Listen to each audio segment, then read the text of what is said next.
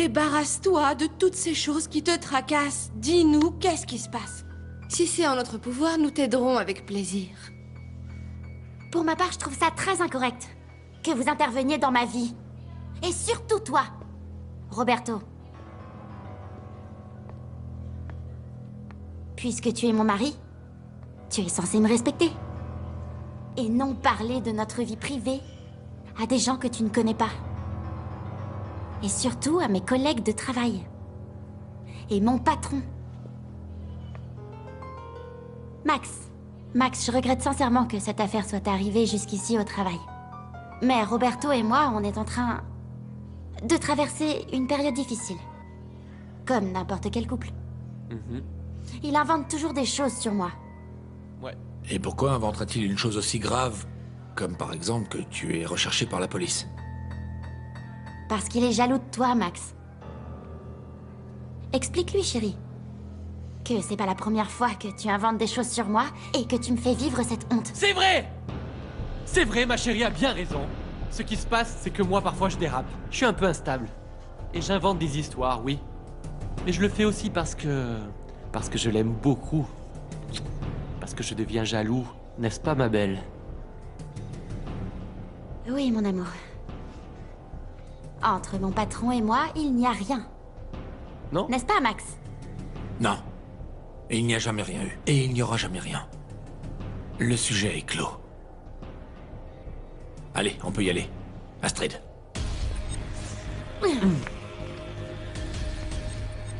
Amélia, je ne savais pas que tu sortais avec quelqu'un. Mais tu sais quoi? Je suis très content pour toi. Je te l'avais dit à l'orphelinat, Sébastien. C'est vrai. C'est vrai. Amélia, pourquoi tu m'as appelé?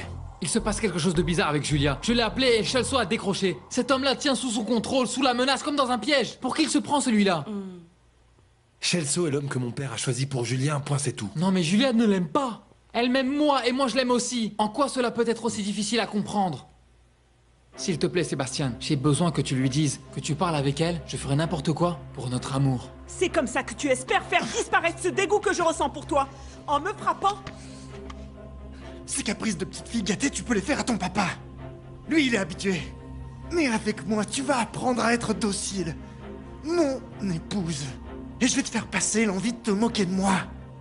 C'est ça que tu caches derrière ce masque d'homme bon. Tu es un monstre. Tu maltraites les plus faibles. Écoute, je t'ai acheté cette bague. Pour que, enfin, toi et moi, on officialise notre relation. Non mais tu es devenu fou? Je ne veux rien de toi. Et je te rappelle que celui qui m'a manqué de respect, c'est toi en répondant à mon téléphone. Si ce que tu veux, c'est avoir une femme soumise, eh bien avec moi, t'as tout faux, tu t'es trompé. Cherche-en une autre et laisse-moi tranquille. Celle que j'aime, c'est toi. Et toi, tu as accepté d'être en couple avec moi. Et je ne permettrai pas qu'une petite gamine, qu'une sale gosse comme toi, continue à se moquer de moi. Si tu me frappes, je te dénonce. Et mon père l'apprendra lui aussi. Comme ça, il se rendra compte à quel point tu es dangereux. Et attention à toi, si jamais tu lèves la main sur moi. Pourquoi est-ce que tu m'énerves? Tu sais comment je réagis. Pourquoi tu me mens? Mais je ne sais rien, je serais incapable de mentir, Ezekiel. La mère Isabelle le sait et toi, tu ne le saurais pas. Tu me prends pour un te idiot. jure. Pourquoi Rosa Blanco veut Je revenir? ne sais Elle pas. vient faire quoi? S'il te plaît, crois-moi. Je te le jure. Je ne sais strictement rien. Ne me fais pas mal. Tu sais que je t'aime. Tu sais que je serais incapable de te mentir. J'ai passé 25 ans à rechercher cette femme. 25 ans de ma vie à dépenser de l'argent, du temps et des efforts.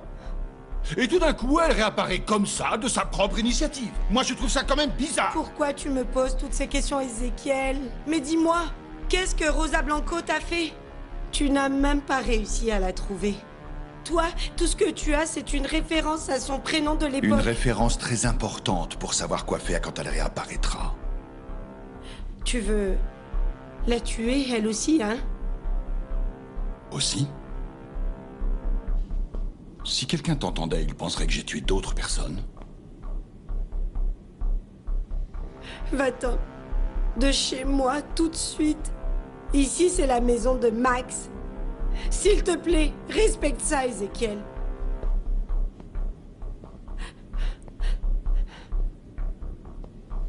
J'espère pour toi que tu ne me mens pas, Marcelina. Pour ton bien, je l'espère.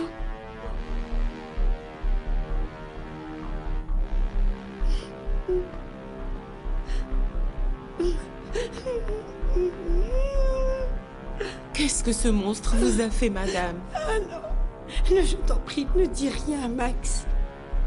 Ne lui dis rien parce que sinon je suis sûre qu'il y aura un malheur entre lui et son père. Promets-le-moi, Doris. Promets-le-moi. Donc vous dites que vous êtes chargé des affaires sociales de l'unité des homicides de la capitale. Oui, disons que c'est quelque chose comme ça, les affaires internes. Ah. Je ne savais pas que je pouvais dénoncer un policier qui m'a maltraité lors d'un interrogatoire. Si Torrealba vous a infligé des violences policières, si. Leandro, vous avez été victime d'abus de pouvoir. Et Torrealba a déjà des antécédents de pratiques illégales. Aidez-moi à le coincer. Pour votre tranquillité, personne ne sait que je suis ici. Alors j'espère qu'on pourra collaborer en toute discrétion. Et alors, comment je pourrais vous aider? Racontez-moi tout. Dites-moi ce que vous lui avez avoué avant la crise. Non, c'est bon. Moi, je lui ai rien avoué. Je lui ai simplement dit la vérité. Alors dites-moi quelle était cette vérité? Votre vérité.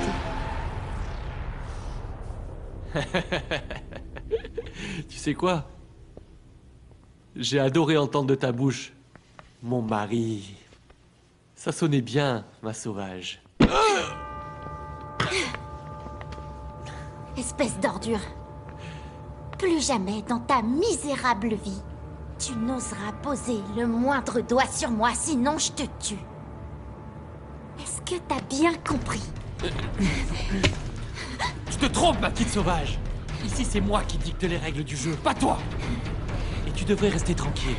Reste tranquille parce que tu ne voudrais pas qu'on fasse un scandale ici, à ton travail, n'est-ce pas? Toi et moi, on va désormais renégocier les termes de ta dette, c'est compris? Moi, tu sais, ça m'a bien plu cette histoire de couple. C'est une chose qui m'a réellement fait plaisir. Et c'est un rêve que je voudrais réaliser depuis de nombreuses années. Même pas dans tes rêves, sale ordure. Même pas dans tes rêves. Chut, tranquille. Tu ne vois pas qu'on se dispute déjà comme un mari et une femme? Hein? Qu'est-ce qu'il y aurait de mal à vouloir se réconcilier au lit en faisant l'amour comme des fous, hein? En plus, t'en meurs d'envie, ça se voit. Hein? Il n'y aurait rien de mal, mon amour. Écoute, il faudrait que tu me tues pour ça. On va se voir ce soir à la pension, mon amour. Ta sœur a vraiment de graves problèmes avec ce type.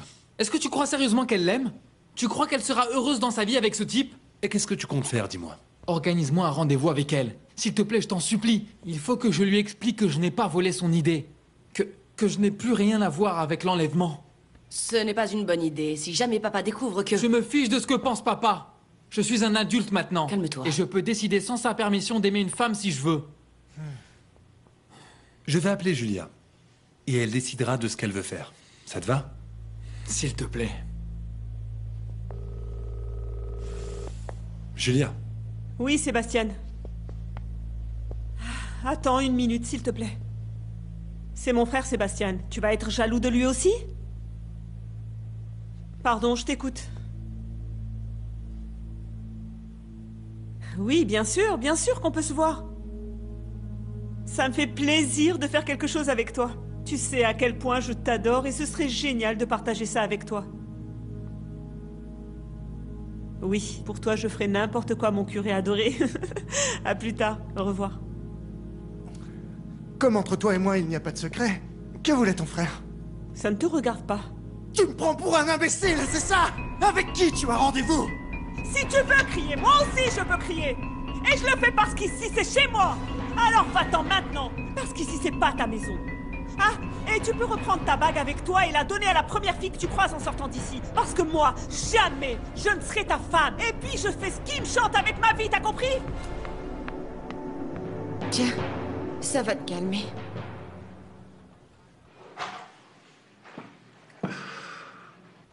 Je te jure que je n'y comprends rien. Je ne sais pas ce qui vient de se passer là-bas. Je ne comprends pas l'attitude de Camilla et encore moins celle de ce type, qui voulait d'abord me soutirer de l'argent en échange d'une information qu'il savait sur elle. Et ensuite qui me dit qu'il a tout inventé. Et qu'est-ce que tu ne comprends pas? Mon Dieu, Max. Je sais que tu es un homme bon. Mais ça ne veut pas dire que tu dois être naïf. Réagis. Tu es un homme intelligent. Tu dois comprendre que toute cette histoire fait partie du plan de Camilla pour te soutirer de l'argent. Non. Je ne crois pas. L'autre jour, Camilla était prête à tout me raconter quand on était sous le pont. Mais elle était si émue qu'elle ne pouvait même pas parler. Ah, je t'en prie, Max. Camilla te l'a dit elle-même, les yeux dans les yeux. Mais qu'est-ce que tu veux savoir de plus? La vérité. C'est ça que je veux savoir. La vérité. J'ai empêché Marco de tuer mon père. Après, je suis parti chercher Max, et quand on est revenu, Marco s'était déjà suicidé. Je n'ai pas vu mon père faire quoi que ce soit, donc pour moi c'est impossible que mon père soit accusé de meurtre. Et comment savez-vous que votre père est accusé de meurtre? Parce que Torrealba en personne est venu nous le dire à la maison. Oui, et il a dit aussi qu'il avait soi-disant retrouvé des gants. Et il y avait aussi vos empreintes sur le pistolet, n'est-ce pas? Oui, c'est vrai, mais c'était une bêtise de ma part. Je l'ai touché sans le vouloir. Mais dites-moi une chose, vous ne trouvez pas complètement absurde que mon père assassine Marco? Allez. Essayons de trouver la logique. Qu'est-ce qu'il aurait fait? Lui attraper la main, lui donner l'arme et la pointer sur la tête en l'obligeant à tirer? Je ne sais pas, Leandro. Dites-moi vous qui étiez là. Ça ressemblait à un suicide. Si mon père l'a assassiné, c'est sûrement lui qui a donc pris l'arme et qui lui a tiré une balle dans la tête, mais...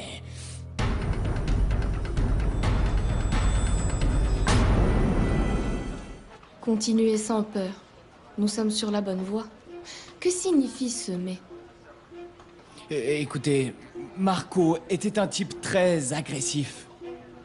Alors, comment mon père lui aurait pointé une arme sur la tête? Non, Marco ne se serait pas laissé faire. C'est pour ça que je dis que la théorie de Torrealba est fausse.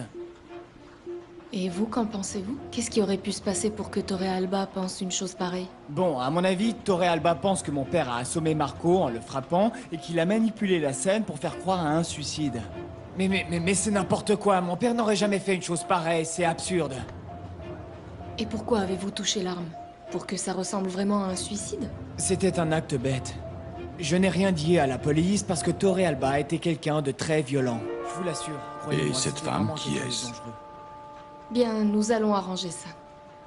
Ce policier a dépassé les bornes.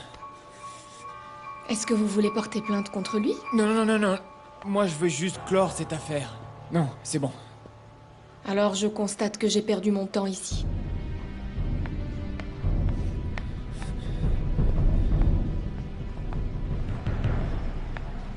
Mon fils, tu ne me présentes pas à ton ami. Une femme aussi belle ne peut pas sortir d'ici sans connaître ton père. Je te présente l'inspecteur Myriam Dorant. Enchantée. Belle et de la police. C'est une combinaison fatale. Et en quoi peut-on vous aider, inspecteur? Elle est venue me demander si je voulais porter plainte contre Torrealba pour l'abus de pouvoir dont j'ai été victime pendant l'interrogatoire. Très jolie votre mallette, inspecteur. On dirait plus une mallette de cadre que de policière. Pourquoi ne m'accompagneriez-vous pas prendre un café dans mon bureau? Merci beaucoup, monsieur Lopez Mendes, mais il faut que j'y aille, il se fait tard.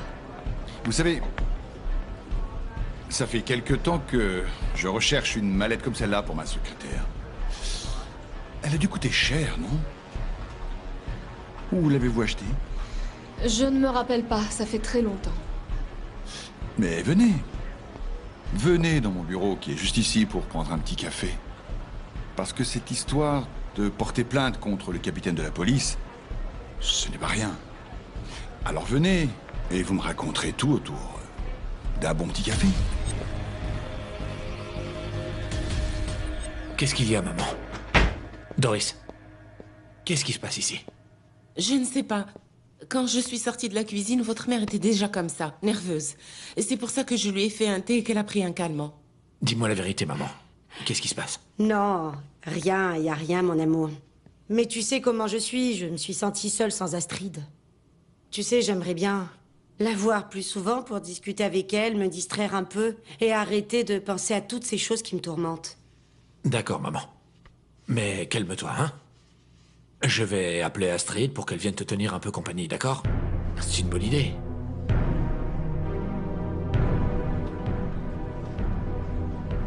Raconte-moi, fils. De quoi avez-vous parlé?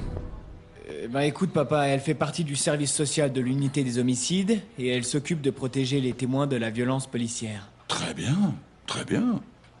Je trouve ça très bien de protéger les citoyens.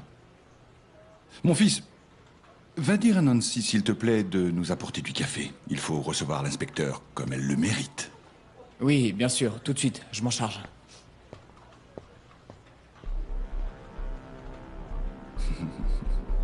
Je ne savais pas qu'il existait un département de service social au sein de l'unité des homicides, non? Et ici, entre nous, j'ai été pas mal de fois rendre visite à l'unité des homicides.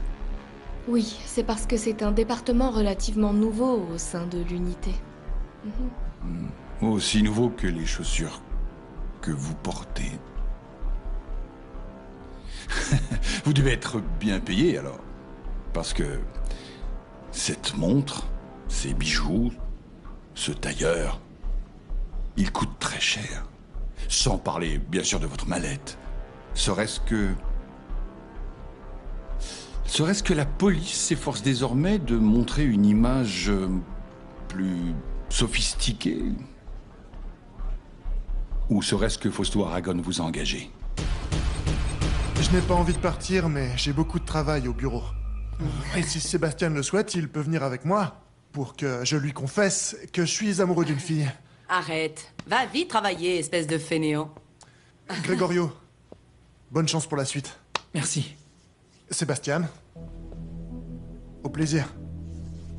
Je te demande pas une bénédiction parce que c'est pas vraiment mon genre. Que Dieu te garde. Oh, j'ai complètement oublié d'acheter quelque chose à Julia. Je vais lui chercher des bonbons ou des fleurs ou quelque chose comme ça. Alors, Amélia, depuis quand tu fréquentes Axel?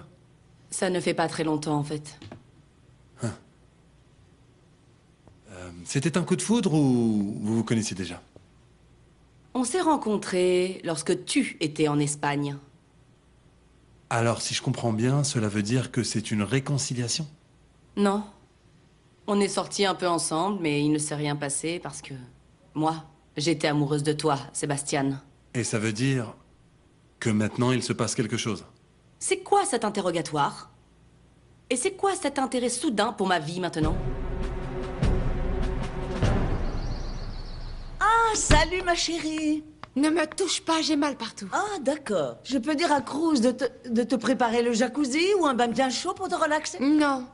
Ce que je veux, c'est que tu me dises si Camilla était une prostituée. Oh non, quoi? Mais en fait, d'où tu sors cette horreur? Arrête, maman. Ce n'est pas non plus quelque chose d'aussi incroyable. Elle a vécu plusieurs années dans la rue, donc elle pourrait parfaitement être une prostituée. Ah, oui. En plus, aujourd'hui, on a rencontré un type... Qui? Ah, maman, un type qui connaissait Camilla quand c'était une marginale. Et il nous a dit que... Mais à qui? À qui? Oh, maman, à Max et à moi. Ok.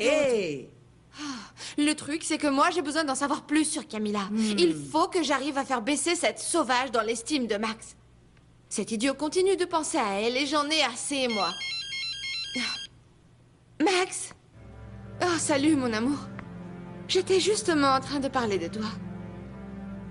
Oui, bien sûr que j'adorerais dîner chez toi, d'accord? Oui. Donne-moi quelques minutes et j'arrive tout de suite.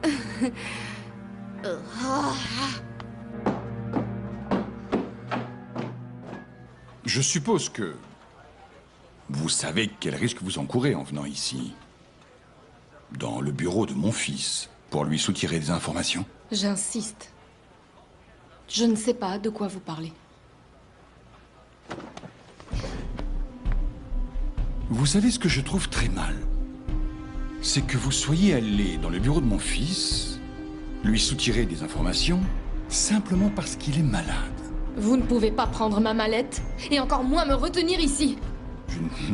Je ne vous ai même pas touché ni approché. Alors, donnez-moi ma mallette, et je m'en irai. Non. Et qu'est-ce que vous faites du café de mon fils? Ce serait mal élevé. Je sais que Fausto vous envoie pour voir si vous trouvez quelque chose pour m'incriminer.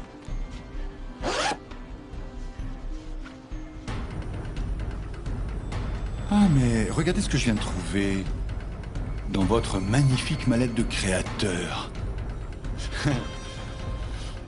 Une chose en accord avec le salaire que gagne une détective du département des affaires sociales.